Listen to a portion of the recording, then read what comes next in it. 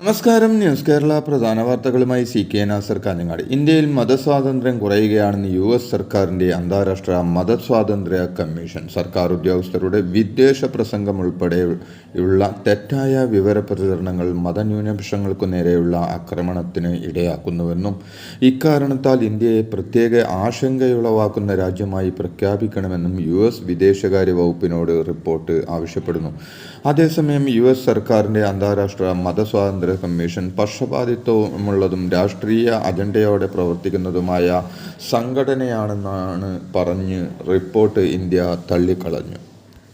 മുഖ്യമന്ത്രി പിണറായി വിജയനെതിരെ വിമർശനവുമായി ഗവർണർ ആരിഫ് മുഹമ്മദ് ഖാൻ. വിദേശവിരുദ്ധർ ആരെന്ന് മുഖ്യമന്ത്രി വ്യക്തമാക്കണമെന്നും സർക്കാർ ഉത്തരവാദിത്തങ്ങളിൽ നിന്ന് ഒഴിഞ്ഞുമാറുന്നുവെന്നും ഗവർണർ പറഞ്ഞു. ശ്രദ്ധയിൽപ്പെട്ട ദേശവിരുദ്ധ പ്രവർത്തനങ്ങളുടെ വിവരങ്ങൾ ഉടൻ അറിയിക്കണമെന്നും ഗവർണർ ആവശ്യപ്പെട്ടു.